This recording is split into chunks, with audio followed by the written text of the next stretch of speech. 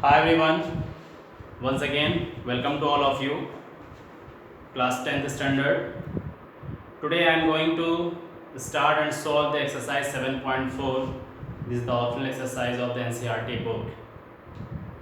तो इससे पहले मोस्टली हम लोग ने जितने भी फॉर्मूले थे उससे रिलेटेड मोस्टली क्वेश्चन सॉल्व किए हैं, बट 7.4 एक्सरसाइज में combination of all formula of coordinate geometry से मिक्सअप क्वेश्चन मिलते हैं। तो इसमें रेंडमली एक क्वेश्चन में कई फॉर्मूले की ट्रिक या उसका यूज़ हो जाता है। जैसे क्वेश्चन नंबर 1 सिंपली है। अब इस क्वेश्चंस की कंडीशंस को लीनियर इक्वेशन टू वेरिएबल से बिलोंग कर दिया है। अभी कैसे फाइंड आउट होगा? Determine the ratio in which the line 2x plus y minus 4 is equal to 0 divide the line segment joining the points A and B. Okay, so I have already write the statement of question number 1 on the whiteboard. Like suppose कि कोई line segment था AB जिसके coordinates questions में given हैं, उसमें से कोई एक लाइन उससे पास हो रही है। Name of line is 2x plus y minus 4 is equal to 0.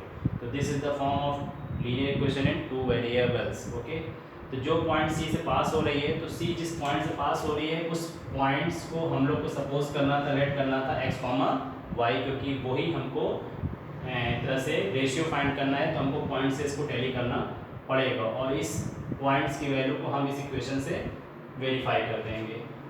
और अकॉर्डिंग टू लाइन सेगमेंट की कंडीशन से क्या होगा कि m/n की रेशियो में वो लाइन एक दूसरे को डिवाइड करेगी। देख हम लोग सपोज कर लिया k रेशियो 1 सिंपली। ओके, तो ये तो एक तरह से गिवन पार्ट था क्वेश्चन का। क्वेश्चन की जो वैल्यूज गिवन थी हमने उसको फिगरली मेंशन कर दिया।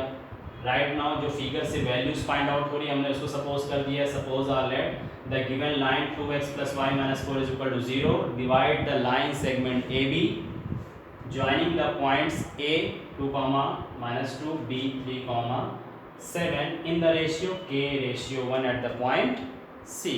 ओके, तो कोई भी कंडीशन अप्लाई कर सकते हैं। तो इस तरीके से यहाँ पर कोऑर्डिनेट्स का जब हम लोग डिवीजन करते हैं या डिवाइड होता है तो हमारा ध्यान जाना चाहिए सेक्शन फॉर्मूले की तरफ। तो सेक्शन फॉर्मूला फॉर इंटरनली हम लोग ने क्या सॉल्व किया? Like mx2 plus nx1 total upon m plus n in the ordinate form में my2 plus ny1 total upon m plus n। सो अब यहाँ पर अगर इसको बिलोंग करेंगे कोऑर्डिनेट C जिसके पॉइंट्स x, y डायरेक्टली फॉर्मूले पे अप्लाई कर देते हैं। mx2 but x, y is equal to mx2 plus nx1 total upon m plus n, my2 plus ny1 total upon m plus n. This is the section formula.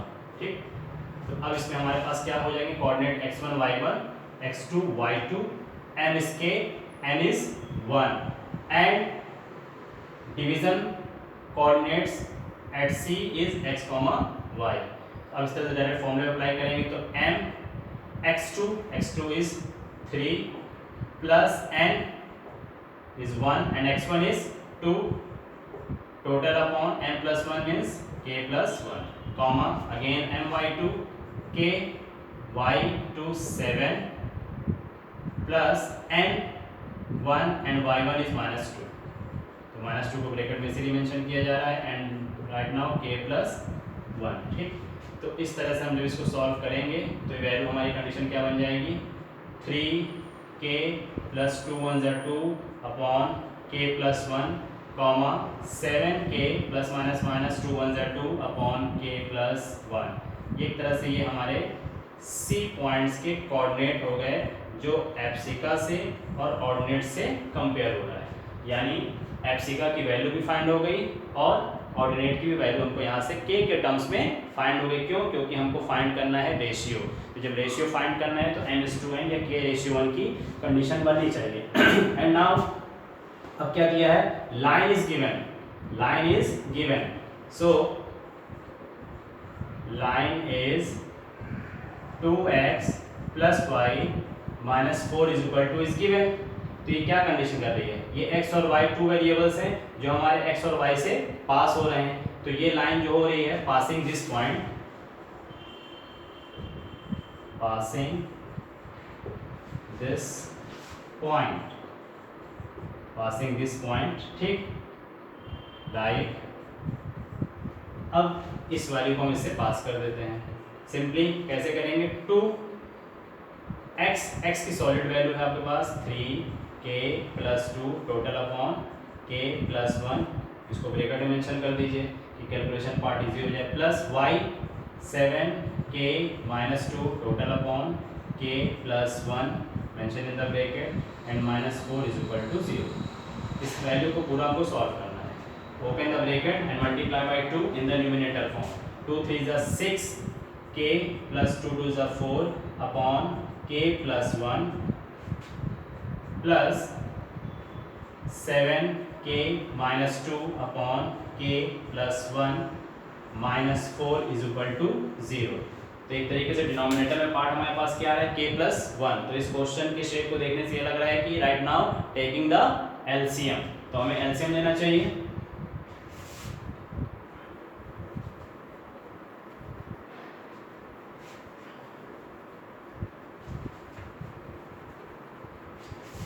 So here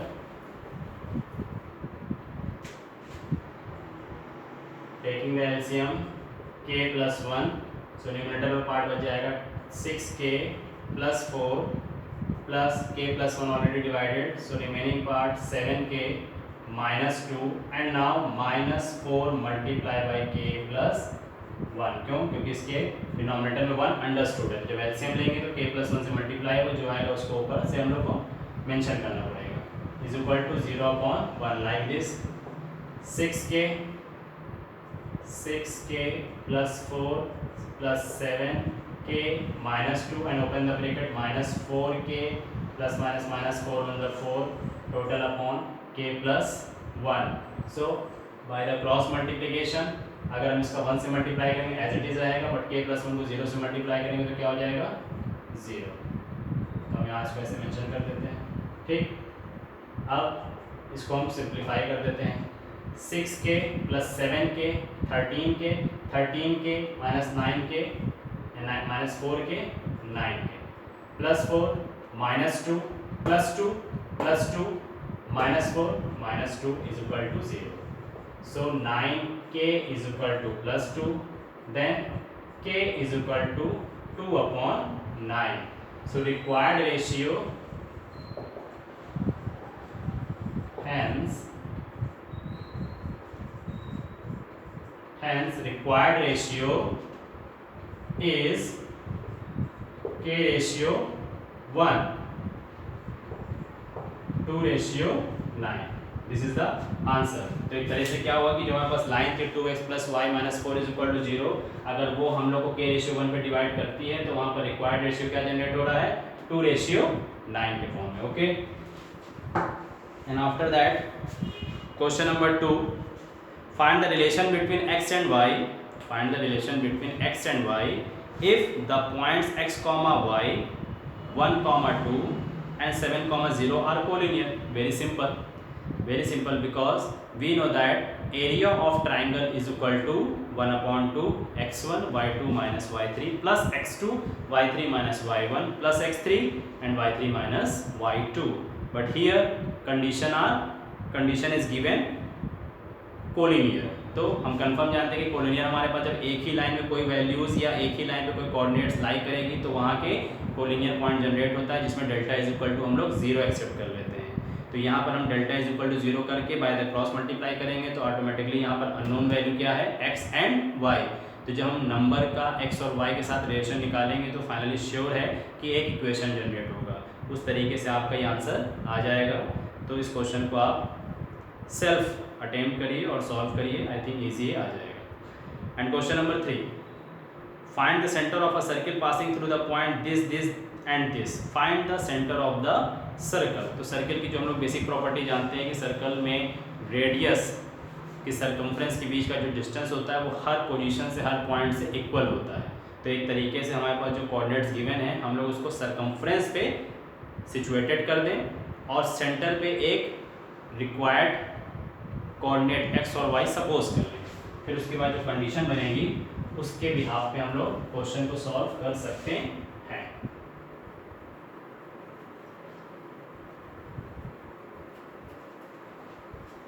तो एक तरह से circle का centre O accept कर लेते हैं। Circumference पे जो पॉइंट कोऑर्डिनेट्स लाइज कर रहे हैं वो A B C रेस्पेक्टिवली हो जाएंगे। इस तरीके से हमारे पास जो सर्किल से सरकमफ्रेंस का जो डिस्टेंस हो जाएगा। Question number 3, so here take a circle, this is the center of the circle and first point A, B, C, हम इसको सब ज्वाइन कर देते हैं ये, और centre of circle is O। तो A के कोऑर्डिनेट्स अपने पास गिवन है। A के कोऑर्डिनेट्स 6, -6, B 3, -7 एंड C 3, 3। तो फाइनली क्या कह रहे हैं, find the centre of the circle passing through the given points. तो एक तरीके से ये OA हमारे लिए क्या है, radius, OB also radius and OC is also radius. तो आपने सपोज कर लिया let OX, Y, centre of the circle OX, Y आपने लेट कर लिया। क्यों? क्योंकि आपके पास अननोन वैल्यू जब सपोज करेंगे तो वही वैल्यू आपके पास फाइंड होगी। तो इस तरीके से क्वेश्चंस के बिहाफ पे आपने क्या दिखा दिया कि here OA is equal to OB is equal to OC। Any problem? तो आप हम यहाँ पर डिस्टेंस फॉर्मूला अप्लाई कर सकते हैं दो कोऑर्डिनेट्स के बीच में। तो हम फाइनली क्या फाइंड करेंगे, OA like distance formula. Distance formula is x1 minus x2 whole square plus y1 minus y2 whole square and all the under root. तो डायरेक्टली हम यहाँ कर लेते हैं x1 y1 x2 y2। जब OA सपोज करेंगे तो x1 y1 और x2 y2 हो जाएगा। तो लाइक x1 माइनस 6 का whole square plus again y minus minus plus 6 का whole square all the under root. इसका रूट कैंसिल आउट करना है तो अच्छी बात है, इसकी बहुत साइड स्क्वायरिंग कर सकते हैं, अदरवाइज हम लोग इक्वलाइज करेंगे तो कंडीशन इक्वल हो जाएगी। सो इस आंसर को सेव कर लीजिए and again find the distance between OB। Same formula using the distance formula, this is OB। तो now x minus 3 whole square plus y minus minus plus 7 whole square, take the under root, save your answer. And lastly OC, distance is equal to x minus 3 whole square plus y minus 3 whole square, take the under root। तो according to radius and according to circle condition OA is equal to OB। तो जैसे OA is equal to OB करेंगे तो हमारा root root cancel हो गया, OA की value है ये, OB की वैल्यू ये, OC की वैल्यू है। तो OA की वैल्यू को हम OA के प्लेस पर रखना चाह रहे हैं x minus 6 whole square plus y plus 6 whole square all the under root is equal to OB x minus 3 whole square plus y plus 7 whole square, take the under root. ठीक, so root root parallel cancel out हो जाएगा। तो जो condition बनेगी हमारे पास वो simply इस तरह से बन जाएगी, जिसको हम लोग फॉर्मूले पे एक्सपेंड करेंगे using the identities, help of the identities. तो हेल्प ऑफ आइडेंटिटीज के हिसाब से a minus B, a plus B का होल स्क्वायर फॉर्मूला अप्लाई हो रहा है। ठीक है, तो हियर x माइनस 6 का whole square, a minus b का whole square, directly a square plus b square minus 2ab plus a square plus b square plus 2ab, 6 to the 12, y is equal to a square plus b square means 9 minus 2ab, 3 to the 6x plus a square 7 का square 49 plus 2ab 7 to the 14y। Okay, तो इस तरीके से क्या हो रहा है कि यहाँ पर हमारे पास ये x स्क्वायर डायरेक्टली हो गया। तो X square Y square positive, X square Y square also positive, ये हमारा कैंसिल आउट हो गया। ठीक, तो अब हमारे पास कंडीशन क्या जनरेट हो जा रही है, यहाँ से देखिए हम इसको मिनिमाइज कर देते हैं। मिनिमाइज का मतलब हो जाएगा +36 72 कर दीजिए, -12x और इस साइड में आपके पास क्या है -6x, तो -12x इस नंबर को इधर ट्रांसफर करेंगे +6x, लाइक टर्म वाला सिस्टम कर रहे हैं, +12y, तो +12y मेंशन कर दीजिए, but in the right hand side +14y, तो लाएंगे -14y हो जाएगा। तो इधर की सारी वैल्यूज यूटिलाइज हो गई, बट रेस्ट वैल्यू बची है +9 एंड 49, तो +9 एंड 49 की मीनिंग कितनी हो जाएगी यहाँ पर 49 9 + 58, जो ट्रांसफर करेंगे -58 = 0, पूरा एक्सेप्ट कर लिया। तो इससे बेनिफिट क्या हो रहा है अपने पास, -12x + 6x, -6x में कन्वर्ट हुआ, 12y -14y, ये वैल्यूज कन्वर्ट हो जा रही है हमारी -2y में, 12 - 14, ठीक, -2y में, एंड +72 -58 +72, तो +72 से 58 हम सब्ट्रैक्ट करेंगे तो कितनी वैल्यूज हमारे पास बन जाएगी, 12 - 8 मीन्स 4 6 14, ठीक, = 0। एंड अगेन अब क्या हो जाएगा हमारे पास, इसको अगर सॉल्व करते हैं -6x - 2y = -14, -2 कॉमन लेकर के हम इसको और मिनिमाइज कर सकते हैं, जैसे -2 कॉमन लेंगे तो कन्वर्ट हो जाएगा 3x + y = 7, 2 7 = 14, क्योंकि हमने -2 कॉमन लिया था, तो -14 को -2 से जब डिवाइड करेंगे तो +7 में आया, 3x + y = 7। ये एक फर्स्ट इक्वेशन की कंडीशन बनती है, relation between OA and OB, इसको सेव कर लेते हैं। सिमिलरली अब हमारे पास जब रेडियस की कंडीशन इक्वल है, तो हमने OA से OB को इक्वलाइज किया, तो एक रिलेशन फाइंड हुआ, क्योंकि x y की वैल्यू निकालने के लिए मिनिमम 2 इक्वेशंस का होना ज़रूरी है। अब क्या करेंगे कि OB को OC के इक्वल कर देंगे, बिकॉज क्योंकि radius of the circle are equal. तो अब यहाँ पर हम क्या कर देते हैं,